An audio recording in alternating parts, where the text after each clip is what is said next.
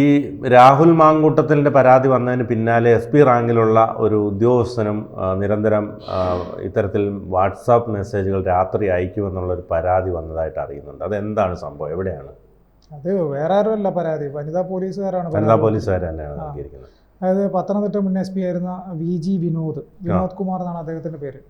ഇദ്ദേഹം പത്തനംതിട്ടയിൽ ഉണ്ടായിരുന്ന കാലഘട്ടത്തിലുള്ള ഒരു പരാതിയാണ്. അപ്പം ഈ പത്തനംതിട്ടയിൽ ഇദ്ദേഹത്തോടൊപ്പം ജോലി ചെയ്തിരുന്ന പല വനിതാ ജീവനക്കാർക്കും, വനിതാ പോലീസ് ഉദ്യോഗസ്ഥർക്കും ഇദ്ദേഹം രാത്രിയാകുമ്പം ഹായ് പ്ലീസ് കോൾ മീ എന്ന് പറഞ്ഞിട്ട് രാത്രി 11 മണിക്ക് ശേഷം മെസ്സേജ് അയക്കും എന്നുള്ളതാണ് അവരുടെ പരാതി. അപ്പോൾ വിളിച്ചില്ല, അല്ലെങ്കിൽ അദ്ദേഹത്തിന് ആ മെസ്സേജിന് റെസ്പോണ്ട് ചെയ്തില്ലായിരുന്നെങ്കിൽ പിറ്റേ ദിവസം എന്ത് ചെയ്യുമെന്ന് വെച്ച് കഴിഞ്ഞാൽ അവിടെ വന്നു കഴിയുമ്പോൾ ഇവരെ വേറെ എന്തെങ്കിലും കാര്യങ്ങൾ പറഞ്ഞിട്ട് ശകാരിക്കുക, അവരെ മാനസികമായിട്ട് ഒരു ബുദ്ധിമുട്ടിക്കുന്ന രീതിയിലുള്ളൊരു പ്രതികരണം ഇദ്ദേഹത്തിൻ്റെ ഭാഗത്തു നിന്നുണ്ടായി എന്നുള്ളതാണ് പരാതി.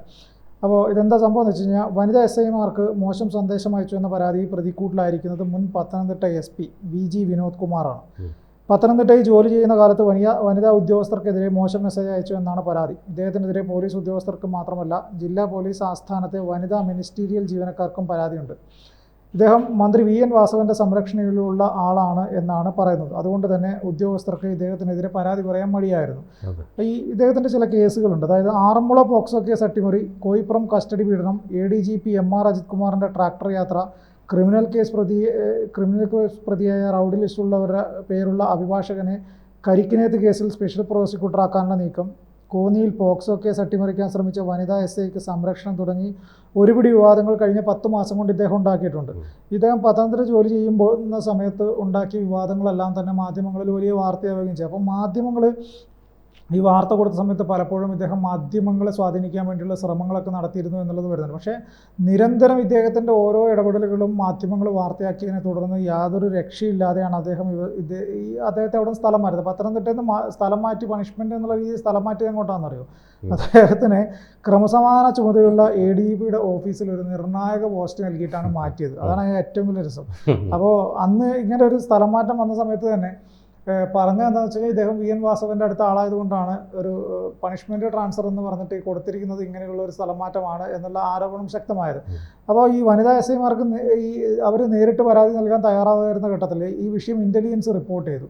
ഇൻ്റലിജൻസ് റിപ്പോർട്ട് ചെയ്ത സമയത്ത് അജിതാ ബീഗം ഉണ്ടല്ലോ, അജിതാ ബീഗം ഇവരെ എന്ത് ചെയ്തെന്ന് വെച്ച് കഴിഞ്ഞാൽ ഇവരെ വിളിച്ചു വരുത്തിയിട്ട് ഇദ്ദേഹത്തിനെതിരെയുള്ള പരാതി എഴുതി വാങ്ങിക്കുകയാണ് ചെയ്തത്.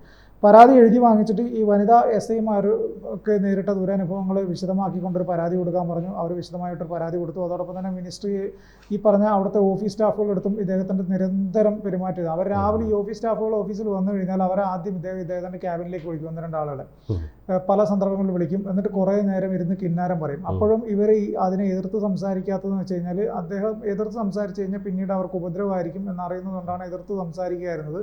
വൈകുന്നേരം 5 മണിക്ക് ഡ്യൂട്ടി കഴിഞ്ഞ് ഇറങ്ങാൻ നോക്കുന്ന സമയത്തും ഇതേപോലെ തന്നെ ചെയ്യും. വീണ്ടും ക്യാബിനിലേക്ക് വിളിപ്പിക്കും. പിന്നെ ഇങ്ങേരുടെ കിന്നാരം പറിച്ചത് നമ്മൾ കേൾക്കണം, അതിനനുസരിച്ച് ചിരിച്ചു കൊടുക്കേണ്ടി വന്ന ഗതികേടാണ് ഞങ്ങൾക്ക് ഉണ്ടായിരുന്നത് എന്നുള്ളതാണ് ഇവരൊക്കെ പറയുന്ന പരാതി. അപ്പോൾ മറ്റൊരു പ്രധാനപ്പെട്ട ഒരു കാര്യം എന്ന് വെച്ച് കഴിഞ്ഞാൽ ആ ജില്ലയുടെ ചുമതലയാണല്ലോ SPക്ക്. അപ്പോൾ അവിടെയുള്ള ഒരു വനിതാ SI ഗംഭീര സംഭവമാണ് എന്ന് പറഞ്ഞിട്ട് ഒരു പണിയെടുക്കാത്ത വനിതാ SIയെ ഇവരുടെ കോൺഫറൻസുകളിലൊക്കെ ബാക്കിയുള്ള ആരെയും ഒന്നിനും കൊള്ളില്ല, ഇവരാണ് കിടിലൻ എന്ന രീതിയിൽ സംസാരിക്കുന്നു, അവരെ പോഴ്ത്ത് സംസാരിക്കലാണ്. എന്നിട്ട് ബാക്കിയുള്ളവരെ താറടിച്ചാണെങ്കിൽ ഇയാളുടെ നിരന്തരം പരിപാടിയാണ് എന്നാണ് പറയുന്നത്. അപ്പം ഇദ്ദേഹത്തിന് ഈ പറഞ്ഞതുപോലെ തന്നെ ഒരു പണിഷ്മെൻറ്റ് ട്രാൻസ്ഫറൊക്കെ കൊടുത്ത് പത്തനംതിട്ടയിൽ നിന്ന് കൊണ്ടുപോയെങ്കിലും പക്ഷേ ഇദ്ദേഹത്തിനെതിരെയുള്ള പരാതികൾ ഇപ്പോൾ തുടർച്ചയായിട്ട് ഓരോ ആളുകളുടെ അടുത്ത് വരും. ഇപ്പോൾ അജിതാ ബീഗം ഈ പരാതി എഴുതി വാങ്ങിച്ചിട്ട് DIG റാങ്കിലുള്ള മെറിനോടാണ് ഈ കേസ് അന്വേഷിക്കാൻ വേണ്ടി പറഞ്ഞിരിക്കുന്നത്. അപ്പം ഈ വനിതാ SIമാർക്ക് നേരിട്ട ദുരനുഭവം ഇൻ്റലിജൻസ് ആണ് റിപ്പോർട്ട് ചെയ്തത്. ഇതിൻ്റെ അടിസ്ഥാനത്തിൽ ദക്ഷിണ മേഖല റേഞ്ച് IG അജിതാ ബീഗം SIമാരെ വിളിച്ചു വരുത്തി പരാതി എഴുതി വാങ്ങി മൊഴിയെടുത്തു. തുടർന്ന് അന്വേഷണ ചുമതല DIG മെറിൻ ജോസഫിന് കൈമാറി. തൻ്റെ ചൊൽപ്പടിക്ക് നിൽക്കാൻ വനിതാ SIമാരെ മോശമാക്കി ചിത്രീകരിക്കുന്ന പ്രവണതയും വിനോദ് കുമാറിനുണ്ട്. വിനോദിൻ്റെ വലങ്കയായി അറിയപ്പെടുന്ന ഒരു വനിതാ SI പത്തനംതിട്ടയിലുണ്ടായിരുന്നു. കോൺഫറൻസുകളിൽ ഇവരെ പുകഴ്ത്തി കാണിക്കും, മറ്റുള്ള SIമാരൊന്നും പോരാ എന്ന തരത്തിൽ അപമാനിക്കും. ഡ്യൂട്ടിയുടെയും സർവീസിൻ്റെയും കാര്യത്തിൽ പല വിധത്തിലുള്ള ദ്രോഹവും ചെയ്യും. വനിതാ പോലീസുകാർക്കും ദുരനുഭവം നേരിട്ടിട്ടുണ്ട്. വനിതാ മിനിസ്റ്റീരിയൽ സ്റ്റാഫിനെയും വെറുതെ വിടില്ല. രാവിലെ വന്നാലുടൻ ഇവരിൽ ചിലരെ തൻ്റെ ഓഫീസിലേക്ക് വിളിപ്പിച്ച് അവിടെ ഇരുത്തും. പിന്നെ കുശലവും കിന്നാരവുമാണ്. വൈകിട്ട് 5-ന് ഡ്യൂട്ടി കഴിഞ്ഞ് പോകാൻ നേരം വീണ്ടും വിളിപ്പിച്ച് അവിടെ ഇരുത്തി കിന്നാരം പറയും. എതിർപ്പ് പ്രകടിപ്പിച്ചാൽ മുട്ടൻ പണി കിട്ടുമെന്നത് കാരണം പലരും സഹിച്ചു പോരുകയായിരുന്നു. സർക്കാർ തലത്തിൽ വിനോദിനുള്ള പിടിയും മന്ത്രി വാസവന്റെ പ്രൊട്ടക്ഷനും ഭയന്നാണ് പലരും പരാതി നൽകാൻ തയ്യാറാകാതിരുന്നത് എന്നും പറയപ്പെടുന്നു. വിനോദ് കുമാർ പോയതിന് ശേഷമാണ് ജില്ലയിൽ പോലീസ് സേനയ്ക്ക് ആത്മവിശ്വാസം കൈവന്നത്. ഔദ്യോഗിക കൃത്യനിർവഹണത്തെക്കാൾ ഉപരി തനിക്കെതിരെ നീങ്ങുന്നവരെ തകർക്കുക എന്നത് മാത്രമായിരുന്നു വിനോദിന്റെ ജോലി. നിരവധി പോലീസുകാരെ ഇതിനോടകം അദ്ദേഹം സ്ഥലം മാറ്റി. ഡിവൈഎസ്പിമാർക്കെതിരെ റിപ്പോർട്ട് അയച്ചു. ആറന്മുള പോലീസ് അന്വേഷണ വീഴ്ച വരുത്തിയ പോക്സോ കേസിന്റെ പേരിൽ കോന്നി ഡിവൈഎസ്പിയെയും SHOയെയും സസ്പെൻഡ് ചെയ്യിപ്പിച്ചു. ഇവർ സർവീസിൽ തിരിച്ചു കയറാതിരിക്കാൻ പൊളിറ്റിക്കൽ സെക്രട്ടറി തലത്തിൽ തന്നെ ഓപ്പറേഷൻസ് നടത്തി വരികയാണ്. പായയിൽ നിന്ന് എടുത്ത് മെത്തയിലേക്ക് എന്ന് പറയുന്നത് പോലെയായിരുന്നു പത്തനംതിട്ടയിൽ നിന്ന് വിനോദിന്റെ മാറ്റം. ആരോപണവും വിവാദങ്ങളും ഏറ്റുപറഞ്ഞ വിനോദിനെ പത്തനംതിട്ട SP സ്ഥാനത്ത് നിന്ന് മാറ്റാതെ സർക്കാരിന് രക്ഷയില്ലെന്ന് വന്നു. അപ്പോൾ കൊടുത്തത് നിർണായക തസ്തികയാണ്. ക്രമസമാധാന ചുമതലയുള്ള ADGP ഓഫീസിലെ AIG കൺഫേർഡ് IPSകാരനായ വിനോദിന് നിർണായക തസ്തിക നൽകിയതിനാണ് നേരിട്ടുള്ള IPSകാർക്ക് അതൃപ്തി. അതായത് ഇദ്ദേഹത്തിനെതിരെ ഈ പറഞ്ഞ സ്ഥലമാറ്റം കൊടുത്തിട്ട് IPSകാർ വ്യാപകമായിട്ട് പ്രതിഷേധമായിട്ട് അവർ രംഗത്ത് വരുന്നുണ്ട്. നമ്മൾ മനസ്സിലാക്കേണ്ട ഒരു കാര്യം, ഒരു SP റാങ്കിലുള്ള ഒരു ഉദ്യോഗസ്ഥൻ അദ്ദേഹത്തിൻ്റെ കീഴിലുള്ള ജീവനക്കാർക്ക് രാത്രി 11 മണി കഴിയുമ്പോൾ ഹായ് പ്ലീസ് കോൾ മീ എന്ന് പറഞ്ഞ് മെസ്സേജ് അയക്കുക. അപ്പം സ്വാഭാവികമായിട്ടും എന്താണ് എന്നറിയാൻ വേണ്ടി അവർ വിളിക്കും. ഇനി അങ്ങനെ വിളിച്ചു കഴിഞ്ഞാലോ കിന്നാരം പറച്ചിലും കുശലം പറച്ചിലുമായി. ഒരു SP റാങ്കിലുള്ള ഉദ്യോഗസ്ഥനാണ് കോൺസ്റ്റബിൾമാരെയും താഴെയുള്ള SIമാരെയൊക്കെ വനിതാ SIമാർക്കൊക്കെ മെസ്സേജ് രാത്രി 11 കഴിഞ്ഞിട്ടിരുന്ന് പഞ്ചാരടിക്കണത്. അപ്പോൾ ഇത് അവിടെ രാത്രിയിലുള്ള സ്വഭാവം. ഇനി പകൽ വന്നു കഴിഞ്ഞാൽ അവിടെയുള്ള മിനിസ്റ്റർ സ്റ്റാഫുകളെ വിളിച്ചിട്ട് ഓരോ ആൾക്കാരെ മാറി മാറി വിളിച്ചിട്ട് ക്യാബിനിൽ കൊണ്ടുവരുത്ത്. ക്യാബിനിൽ നിന്നിട്ട് ഇവരായിട്ട് വേറെ ജോലിയൊന്നും ഇല്ലെന്ന് തോന്നിയാൽ അല്ല, അങ്ങനെ ജോലിയൊക്കെ ഉണ്ട്. ആ ജോലിയാണല്ലോ പറഞ്ഞ മറ്റേ ഓരോ കേസുകൾ ഒതുക്കാൻ വേണ്ടിയിട്ടും ഒക്കെ ചെയ്തു കൊടുത്തതിന്റെ പേരിലുള്ള പ്രശ്നങ്ങളൊക്കെ ഇപ്പോൾ കോന്നി DYSP സ്ഥലം മാറ്റിയൊക്കെ പറഞ്ഞ സാധനങ്ങളും. അപ്പോൾ ചുരുക്കി പറഞ്ഞു കഴിഞ്ഞാൽ ഈ രാഷ്ട്രീയത്തിൽ രാഹുൽ മാങ്കൂട്ടത്തിൻ്റെ കേസ് വന്നതിന് തൊട്ട് പിന്നാലെയാണ് ഈ പോലീസ് സേനയിൽ തന്നെ ഇത്തരത്തിലുള്ള വിഷയവുമായി ബന്ധപ്പെട്ടുള്ള വാർത്തകൾ പുറത്തു വരുന്നത്. അപ്പോൾ എന്തായാലും ഇദ്ദേഹത്തിനെതിരെ ഇനി നടപടി എടുക്കേണ്ടി വരും.